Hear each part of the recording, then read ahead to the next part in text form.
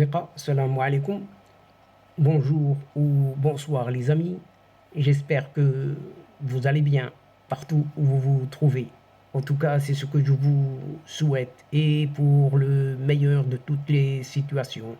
Tout d'abord, Eid al-Fitr Mubarak Saïd que je vous souhaite avec les meilleurs vœux de bonheur.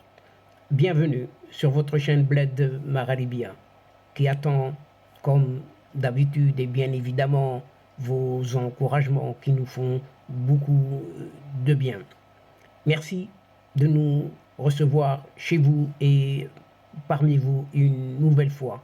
Un merci tout particulier également pour vos gentils commentaires ainsi que pour vos précieux conseils.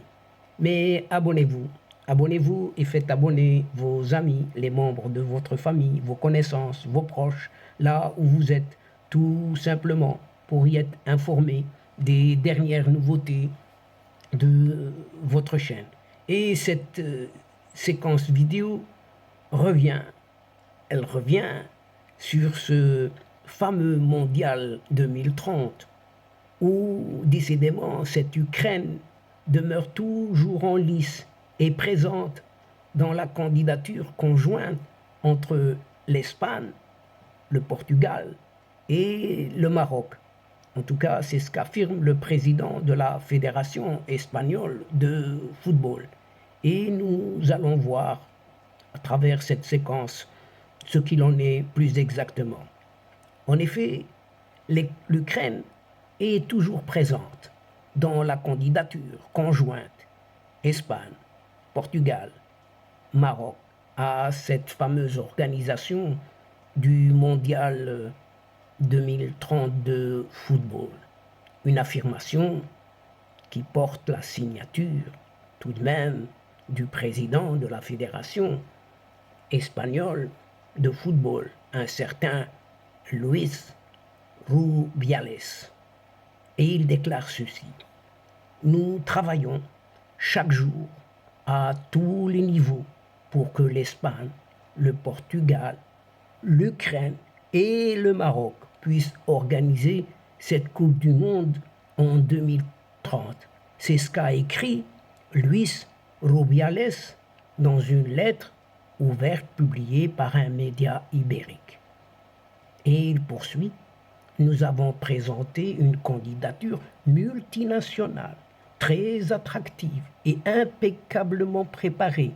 C'est encore féliciter Luis Rubiales. Des propos qui ne sont pas sans rappeler ceux prononcés le 5 avril dernier à Lisbonne par le Premier ministre lui-même portugais Antonio Costa. Et il avait déclaré ceci: comme vous le savez, maintenant nous avons l'ambition avec l'Espagne, le Maroc et l'Ukraine d'organiser la Coupe du Monde 2030 de football. C'est une candidature unique qui unira pour la première fois dans l'histoire de la Coupe du Monde deux continents, l'Europe et l'Afrique, à travers le sport et ses grandes valeurs. Fermons les guillemets ici. C'est ce qu'avait déclaré et précisé le Premier ministre portugais Antonio Costa dans une allocution à l'occasion de l'ouverture d'un congrès ordinaire de l'Union européenne de football amateur, UEFA, Union européenne des associations de football. Le roi Mohamed VI, quant à lui, a annoncé le 14 mars dernier à Kigali, au Rwanda, dans un message aux participants à la cérémonie de remise du prix de l'excellence de la CAF, Confédération africaine de football, que le Royaume du Maroc a décidé, avec l'Espagne et le Portugal, de présenter une candidature conjointe pour abriter la Coupe du Monde 2030, mais sans citer l'Ukraine.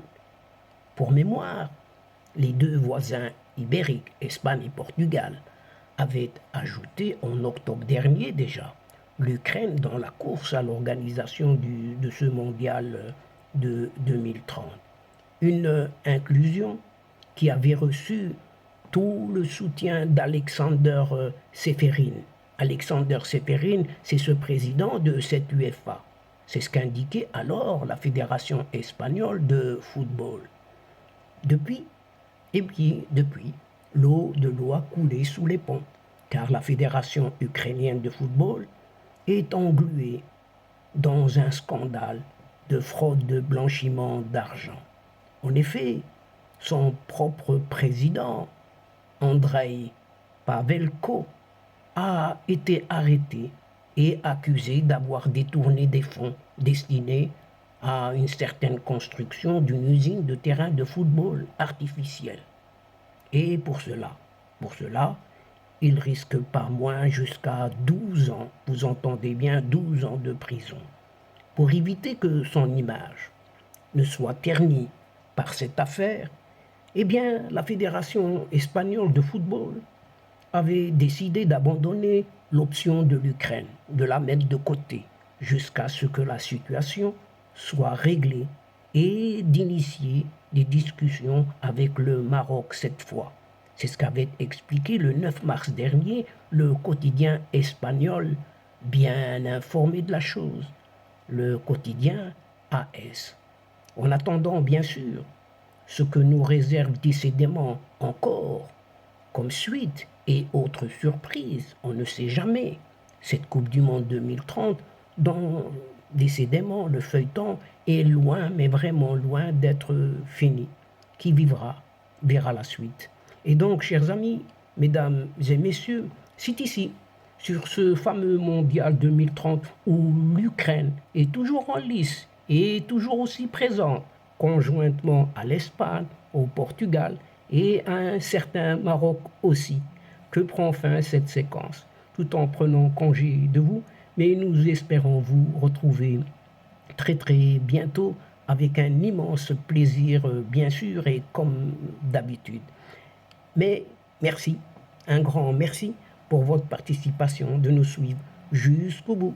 Mais n'oubliez pas de nous aider mutuellement, d'aider votre chaîne en vous y abonnant tout simplement afin d'être informé très très rapidement et comme il se doit, mais sans oublier de partager autour de vous, partout où vous pouvez le faire, les séquences vidéo.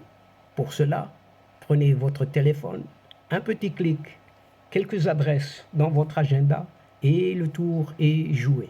Quant à moi, le moment est venu, juste pour vous dire au revoir les amis. Al-Asdiqa, salam alaykum wa rahmatullah wa barakatuh.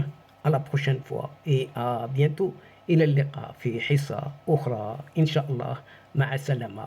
Et encore une fois, avant de vous dire au revoir les amis, Eid al-Fitr Mubarak Saïd.